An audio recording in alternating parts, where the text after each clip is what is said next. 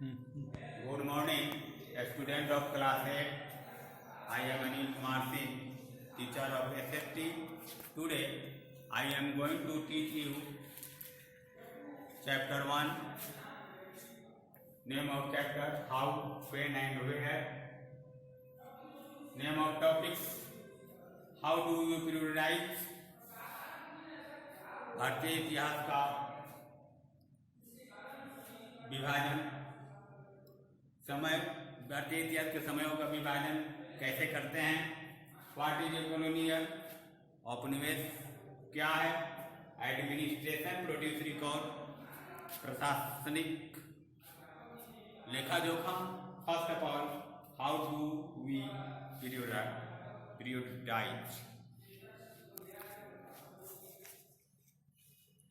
In 1817, James Mill, a Scottish economist and political philosopher, published a 3-volume work, A History of British India. Scotland का रहने वाला एक निवासी James मिल 1817 ईस्वी में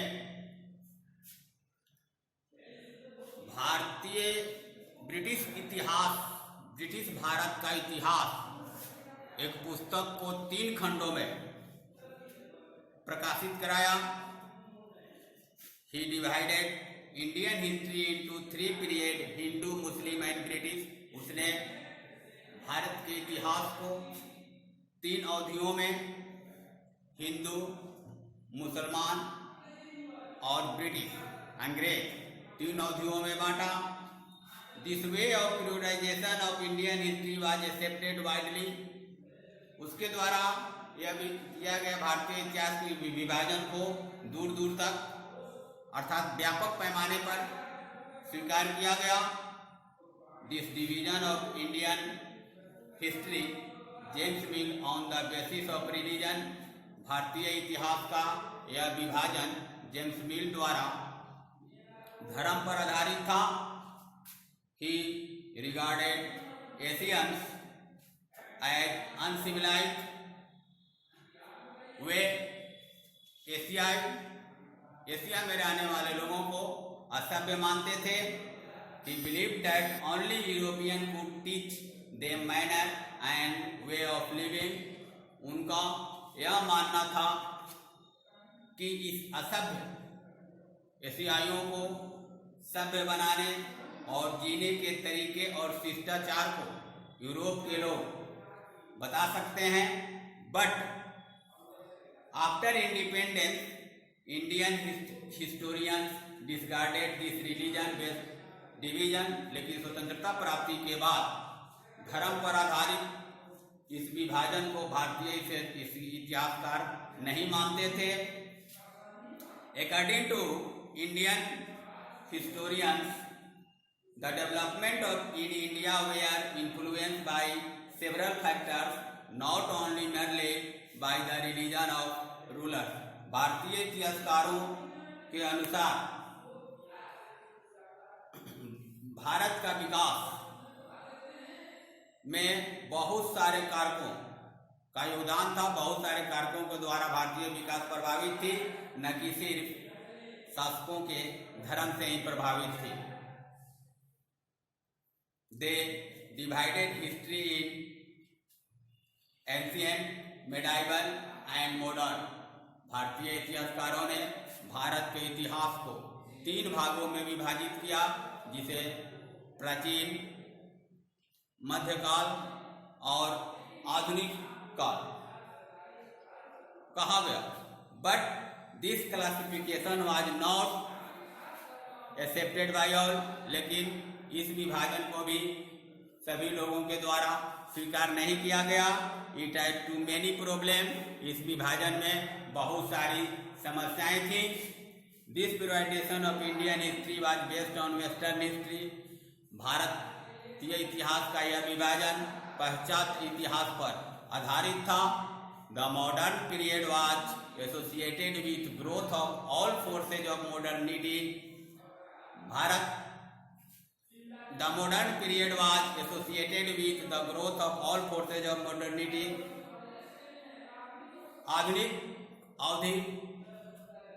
आधुनिकता की सभी विकासों के साथ जुड़ी हुई थी। Medieval was a term use A describe a society. Medieval एक टर्म था जिसका प्रयोग समाज का वर्णन करने के लिए किया गया था। और वैसे समाज where this picture of modern society did not exist, और वैसे समाज जिसमें आधुनिक समाज की विशेषताएं विद्यमान नहीं थी। The medieval period was represented as an age of darkness. मध्यकालीन अवधि को अंधकारमय के युग के रूप में दिखाया गया।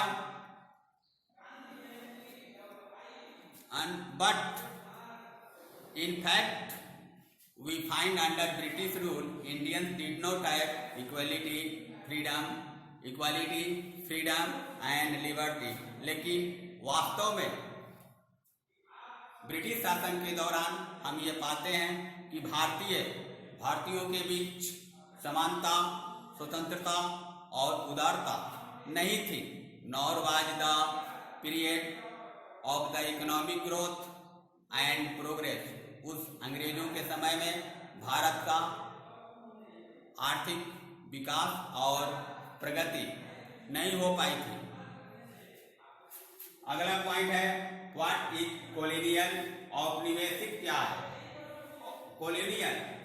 कॉलोनी से बना ये शब्द कॉलोनियल है, जिसको हिंदी में कॉलोनी को उपनिवेश कहा जाता है।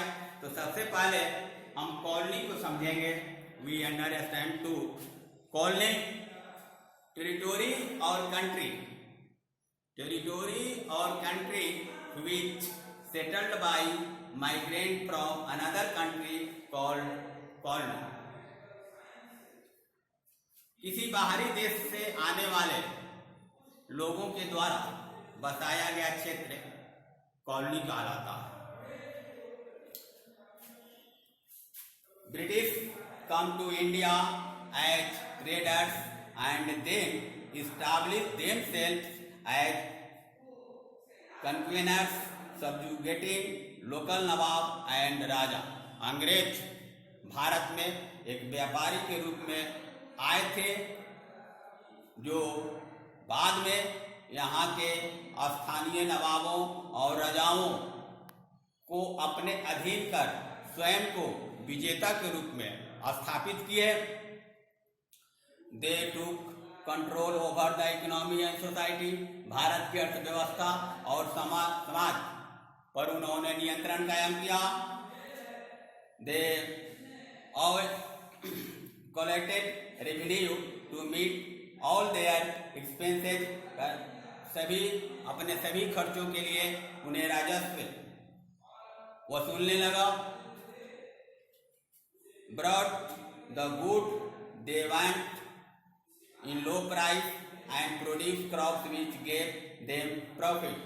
वह जिस वस्तु को चाहते थे कम दाम में उसको खरीद लेते थे और उस वस्तु से उत्पादित वस्तु को बाजार में महंगे दामों में बेचते थे, जिससे उनको काफी लाभ होता था। They brought a great change in value and customs and practices। इससे ऐसा होने से लोगों के मूल्यों, अभिरुचि, रीति रिवाजों और परंपराओं में महान परिवर्तन लाया गया। The country force change is accept political, cultural, social and economic।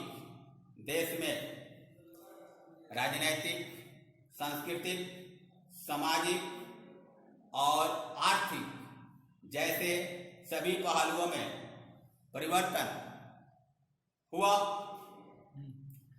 This process is referred at colonisation. इसी को कोलोनाइजेशन के रूप में उल्लेख किया गया है। अगला टॉपिक है एडमिनिस्ट्रेशन प्रोड्यूस रिकॉर्ड। प्रशासनिक लेखा जोखा। One important source of the different different records of the British administration. अंग्रेजी प्रशासन का एक महत्वपूर्ण स्रोत राजकीय लेखा जोखा है. The British believed that every instructions, plan, policy, decision, agreement, investigation should be clearly written. अंग्रेजों का यह मानना था कि प्रत्येक निर्देशों, योजनाओं, नीतियों, निर्णयों, समझौतों और जांच पड़ताल, इन्वेस्टिगेशन में वे विश्वास रखते थे और उनका मानना था कि यह स्पष्ट रूप से लिखा हुआ होना चाहिए. The British also felt that all the important documents and letters needed to be carefully preserved. अंग्रेजों ने इस बात में भी विश्वास किया कि सभी महत्वपूर्ण निर्णयों एवं पत्रों को सावधानीपूर्वक सुरक्षित रखने की आवश्यकता है. They set up record rooms attached to the administrative institution. वे प्रशासनिक संस्थाओं से संबंधित एक रिकॉर्ड यानी लेखा जोखा रखने वाले कमरे को स्थापित किए थे, जिसमें सारी लेखा जोखा को सुरक्षित रखा जाता था. The village to tehsildar office of collectorate, commissioner's office, the provincial secretariat and law court, all that they are record rooms. ग्रामीण तहसीलदार, ऑफिस ऑफ कलेक्ट्रेट, आयुक्त का कार्यालय, कलेक्ट्रेट का कार्यालय, द कमिश्नर ऑफिस, आयुक्त कार्यालय, द प्रोविंशियल सेक्रेटेरिएट, प्रांतीय सचिवालय और निम्न न्यायालय, ये सभी के अपने रिकॉर्ड रूम हुआ करते थे. In the early 19th century, these documents were copied out and were beautifully written. 19वीं शताब्दी के आरंभ में ये सारे दस्तावेजों को कॉपी किया गया और उसे सुंदर रूप से लिखा गया.